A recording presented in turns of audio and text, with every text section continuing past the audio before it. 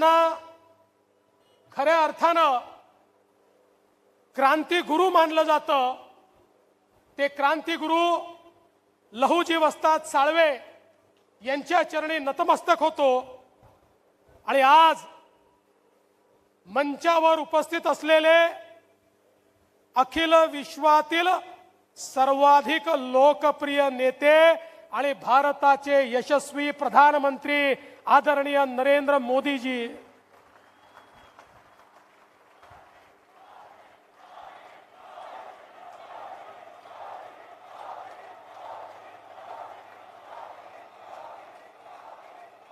महाराष्ट्राचे लोकप्रिय आणि डॅशिंग मुख्यमंत्री माननीय एकनाथराव शिंदेजी, भारतातल्या रिपब्लिकन पक्षाचे राष्ट्रीय अध्यक्ष आदरणीय रामदास आठवलेजी, पीयूष गोयलजी, विनोद तावडेजी, आशिष शेलारजी, मंचावरील महायुतीचे सर्व पदाधिकारी, आपल्या आशीर्वादाने 23 तारखेला निवडून येणारे महायुतीचे सर्व उमेदवार, या ठिकाणी उपस्थित माझ्या सर्व लाडक्या बहिणींनो आणि तितक्याच लाडक्या भावांनो,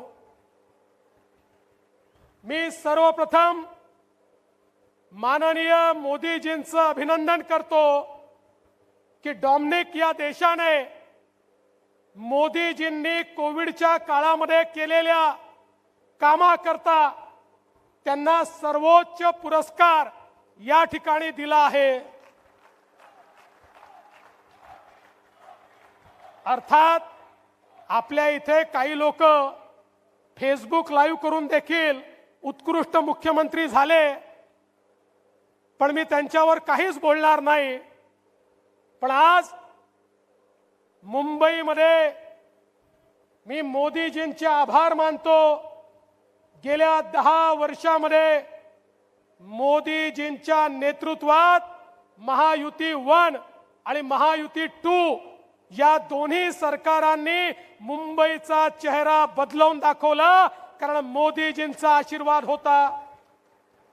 अनेक गोष्टी सांगता येतील, मी 2च बाबी बोलणार आहे।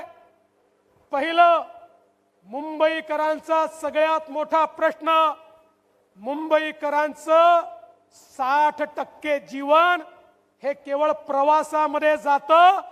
त्यांचा सगळा क्वालिटी टाइम हा प्रवासामध्ये जातो। मुंबईकरांचा प्रवास सुकर झाला पाहिजे म्हणून मोदीजींच्या नेतृत्वामध्ये मुंबईच्या सबअर्बन रेल्वेचा चेहरा बदलला। त्या ठिकाणी प्लॅटफॉर्म असतील, एस्केलेटर्स असतील, लिफ्ट असेल, पॅसेंजर सुविधा असेल, नवीन डब्बे असतील, नवीन ट्रेन असतील, त्याची फ्रिक्वेन्सी असेल, पूर्णपणे ही सबअर्बन रेल्वे बदलली। आणि त्यासोबत जुन्या सरकारने 11 वर्षात 15 वर्षाचं जे सरकार होतं काँग्रेसचं, 11 वर्षात 11 किलोमीटर मेट्रो केली। आपल्या सरकारने 5 वर्षामध्ये 350 किलोमीटर मेट्रोचं नेटवर्क सुरू केलं।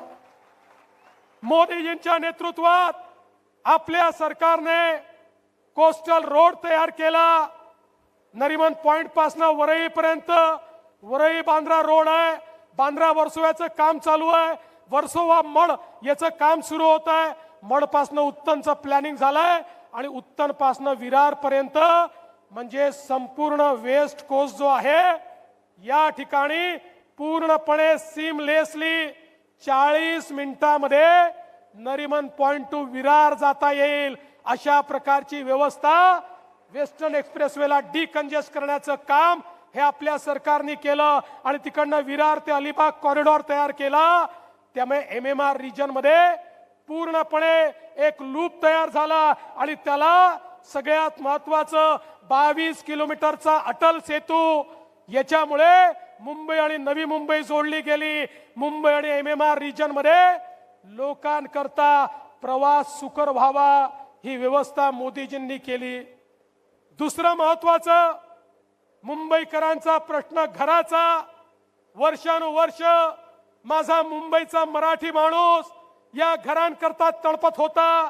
मला सांगताना आनंद वाटतो, मोदीजींच्या नेतृत्वामध्ये त्या ठिकाणी बीडीडी चाळीचं रिडेव्हलपमेंट असो, अभ्युदय नगर सारखी योजना असो, विशाल सह्याद्री सारखी योजना असो, अनेक अशा प्रकारच्या वस्त्या ज्याचं रिडेव्हलपमेंट बाकी होतं, केवळ कागदावर होतं, ते रिडेव्हलपमेंट आपल्या सरकारने करून दाखवलं. अशा 100 योजना मी सांगू शकतो. धारावीचं रिडेव्हलपमेंट जे केवळ कागदावर होतं ते आपल्या सरकारने करून दाखवलं. आणि मोदीजींच्या आशीर्वादाने मी तुम्हाला सांगतो, हे जे काही या ठिकाणी बोलतायत, पुढच्या 5-7 वर्षामध्ये माझा धारावीचा माणूस धारावीमध्येच पक्क्या चांगल्या सुंदर घरामध्ये त्या ठिकाणी बसलेला आपल्याला पाहायला मिळेल.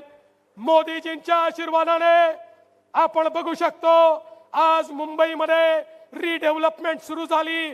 त्यातल्या अनेक गोष्टी आता आपण दूर केल्या, 18 निर्णय घेतले आणि मुंबईकरांना सेल्फ रिडेव्हलपमेंटच्या माध्यमातून 1600 प्रोजेक्ट आता पाईपलाईन मध्ये आहे. पुढच्या काळामध्ये 100 स्क्वेअर फूट मध्ये राहणाऱ्याला